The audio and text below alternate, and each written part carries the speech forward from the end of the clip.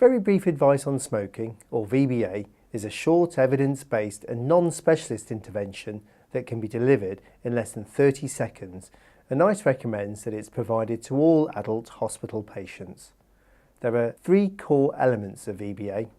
I like to think of it as the 3 A's: ask, advise and act. That's asking and recording the patient's smoking status, advising them on the best way to stop smoking, and acting on their response. There's almost always an opportunity to raise the topic of smoking with patients, the Ask section of Very Brief Advice. Do you smoke? Are you a smoker? Do you ever smoke? For patients whose records indicate they do smoke, it's worth just checking their status. Do you still smoke? If the patient's record indicates that they are an ex-smoker who stopped smoking within the past 3 years, you should ask whether they are still a non-smoker, as about 70% of people who quit will relapse within a few years. So it's important to check. How are you going with not smoking? Are you still off the cigarettes?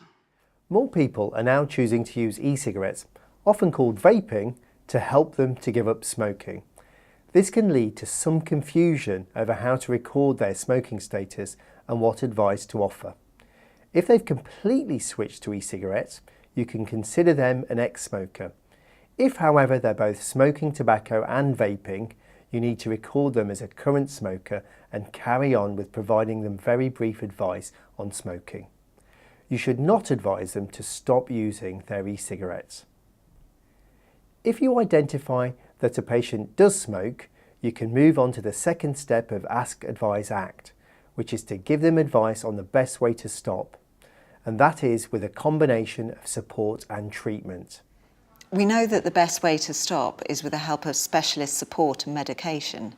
It makes it much more likely that you'll succeed, and I can help you access both.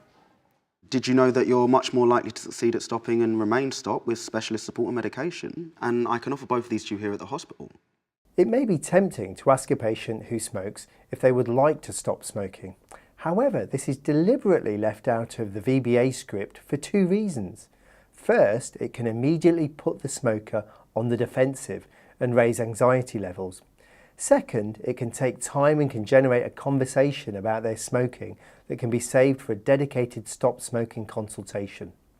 Also, there is no need to ask how much someone smokes or what they smoke, because all smokers need to stop and the details are better saved for the stop smoking consultation. The final step of Very Brief Advice is to act, to offer the patient specialist stop smoking support and medication wherever it's locally available. The best option is with a trained stop smoking advisor, either from within the hospital itself or through the local stop smoking service.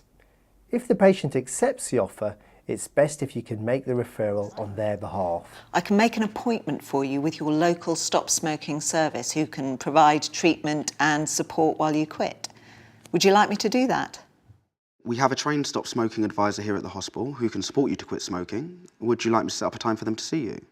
You might want to make a note to yourself now to check what the referral pathway is from your hospital to the preferred local service. Evidence tells us that if all patients are offered specialist support to stop smoking, about 30% will accept the offer, but many will just want a prescription.